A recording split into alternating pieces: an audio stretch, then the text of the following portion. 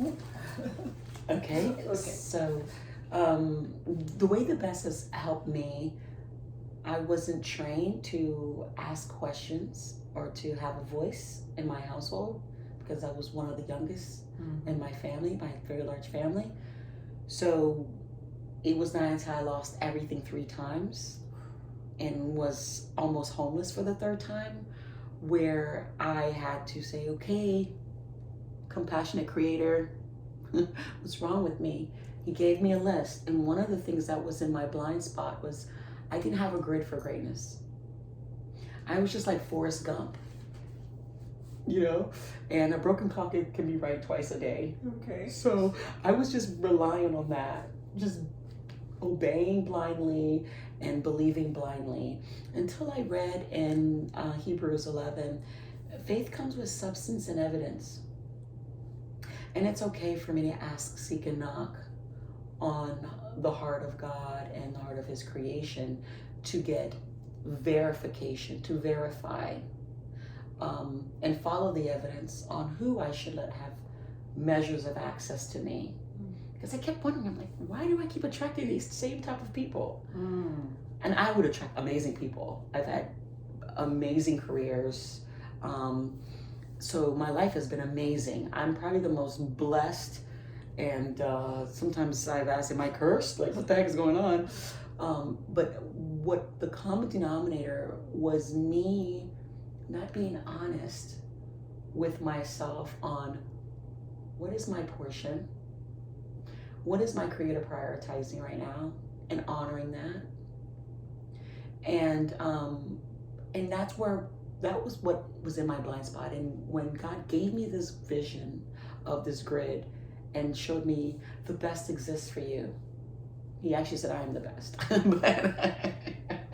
And He showed me where the best was. He showed me where the worst was, and He showed me where I was. I was oblivious to where I was with Him.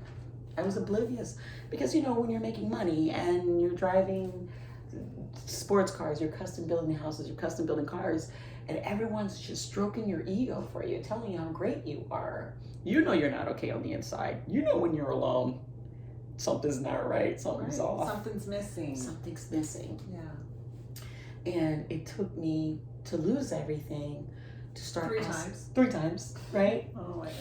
To start asking the best questions. Okay. So you have a system, a process that you now take these things that you've learned, not only through life, mostly probably through life, but also you have a background. You have your doctorate. Yes. Congratulations. Thank on that, you. by the way. Thank you so much.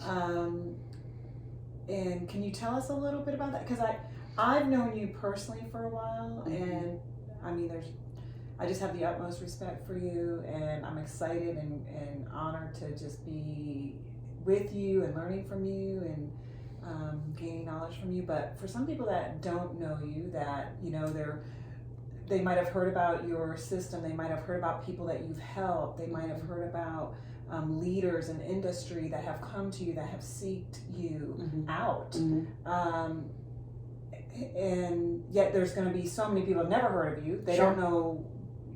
So I'm just curious, not only, and I really want to dig in and hear more about your, whether it's today or through a series of hopefully these videos that we, of your personal life, right, and how that, but also your credentials. And can you tell us a little bit about that? Like, what is your education? Where did you go to school? Is there a reason why you chose the area of study that you did? And I mean, that's a huge accomplishment. Thank you. That is a huge accomplishment. And not only did you do that, you did it while being a single mom. Yes.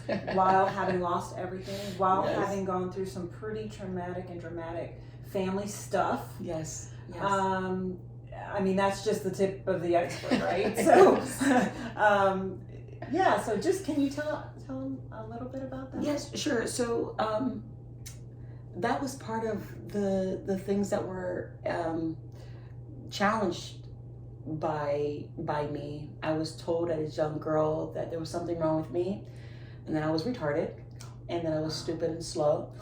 So again, I relied on just blindly obeying people, to advance myself in career.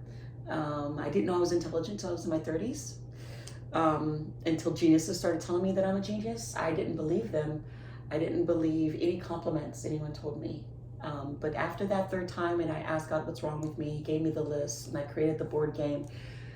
He said to start going to therapy, right? Wow. I started seeing 2 therapists just to make sure, right?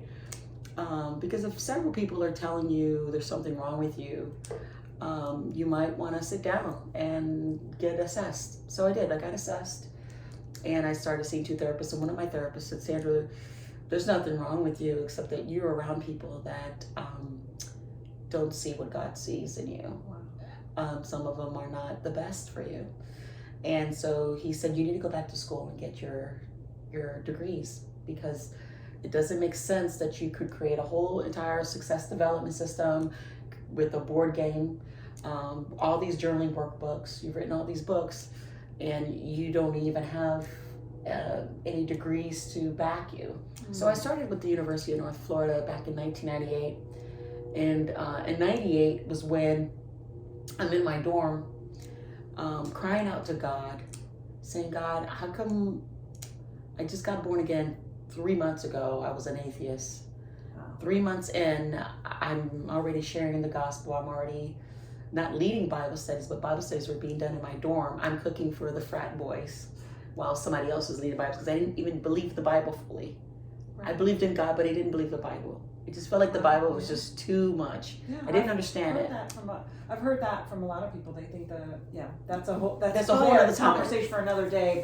But I just remember being in my dorm and I saying, God, this whole born again baptism, I want all that you have for me. And I've asked for the baptism of the Holy Spirit, and I didn't get it several times when they prayed for me. I felt your presence. And I remember being in my dorm alone. And that's when the presence of God fell on me so strong at UNF. And he gave me the gift of tongues. Wow. Alone in my dorm. Wow. And he also gave me, he said, I need you to start GUIDE, guide. I said, guide? He said, yes, start Guide Ministries. I said, what is GUIDE? I'm an 18-year-old. I don't know anything about ministry. And then I heard in my stomach, GUIDE stands for God's Unified, Inspirationally Diverse Ensemble. And I'm like, put an ensemble together. I'm a band nerd, so I know what an ensemble is. So I just held on to what I did know, even though I didn't understand what God was doing back in 1998. And I started doing a Unity Festival at UNF. And after the Unity Festival was a great success, the news came out. I brought all the ministries at UNF together in 1999. It was a couple months later. It took me a couple months to put it together. But I remember this was in my blind spot, getting it connected with this really attractive Nigerian guy. He was so fun. And he was an atheist, and I shared the gospel with him. He gave his life to Christ. Wow. And then, we ended up getting together, and I ended up paying his out-of-state tuition, and we ended up committing a felony together. It escalated. Wait, what? It escalated really, really fast because I was What do you paying, mean? because I was paying his out-of-state tuition, and he said that his dad wasn't going to pay his schooling anymore, and I needed to help pay for it. So we had to sign some paperwork that we were technically married, Oh. even though we never got married. We Okay. just went to the courthouse and filled out the paperwork, which is a felony. Wait, you went to the courthouse, filled out the paperwork to be married? Yes.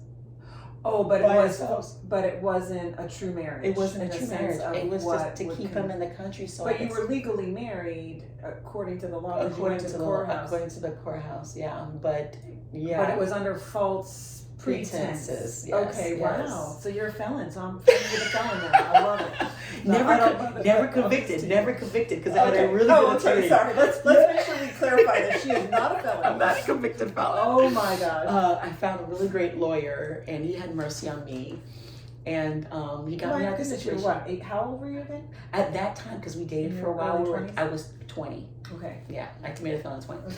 So You're fun. That is so funny. So this is like my second year in college, and long story short, this guy buried me alive financially in college. So I had to But hold get on. out of UNF. You were 20 years old and you were paying for his college? Yes.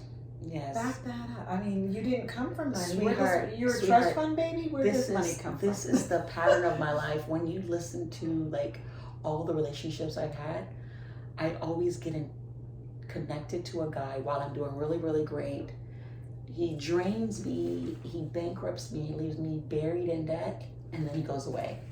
And I never see or hear from him again unless he tries to get back with me for another round. Right. That's Right. not happening. And that I don't let that happen. That's one thing. So, I but have what, lessons. where was the money coming from? I mean, I'm being nosy I was now. I worked full time. That's why I left UNF, and that's why I was trying to tell you like how I started at UNF doing great, and then I bumped into this sexy Nigerian, brilliant guy, was Right. very intelligent. Right. I'm sure. Built like a god, like Right. it was ridiculous. Oh, right. It was just perfect. All the things. Everything, all the things that a 20-year-old girl would think that she would want in a man. He was all that, but he just didn't lack. He lacked integrity. He was not an honorable man. Wow.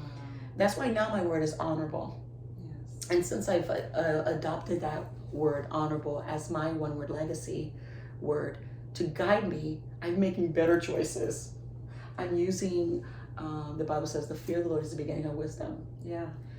Now that I respect God more than I respect people and man, I've put my priorities in order now.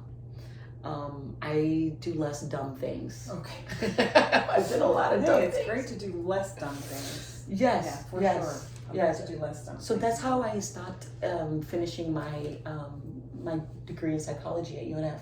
So I started my degree in psychology at UNF, but of course, because I was working full time, I was working for AT&T. I was the #1 salesperson for AT&T. It was called PRC, was the name of the business in Jacksonville. Okay. It was like a telecommunications business in Okay. Jacksonville. Anyway, long story Like short. a call center Call type center, of thing? yes. Okay. And I was killing, I was crushing it. I had to. I was buried alive in debt. Wow. I couldn't pay my school tuition. I finally got rid of the narcissistic boyfriend who, happened to have taken my virginity. So I was confused and bewildered, like what's going on. Right. And the only reason why Heartbreaking. he left me was because he took my best friend's niece's virginity 3 months after he took my virginity. And Heartbreaking. yeah, very, very heartbreaking. But again, it was one of those things that made me say, okay, God, help me out, I'll never do that again. I did it 3 more times after that. So my education system kept getting halted, and then I ended up working for several years, making $40K a year in my 20s. It was like Which 21. back then was Pretty some decent darn money. good money. Decent money, I would say. Right? Then I got in the car business, because the car business, I was making 6 figures there in my 20s for 10 Which years. even today is decent, and back then was considerably. And I didn't. That was I just remember everybody, back then. It's like if we could just make 6 figures, Right. If we could just make That was the magic number. number. That was the magic number, and yeah. Now it's Today's a different story. It's a different because now people are barely making ends meet with that. Listen, 7 figures um, is still humble pie if you don't manage it correctly. Yeah, for sure. But it was one of those things that compelled me to stay motivated and making money. And I finally got out of that debt of that guy, because I had to pay for his apartment, I had to buy him a car, all this other stuff. He had really a stronghold on me, because that was the only way he would say he'd leave me alone. Long story short, I ended up going to a school for, someone's here. Oh, my friend is supposed to be here not till 2. What time is it? Is it 2? It's okay. She can sit in with us.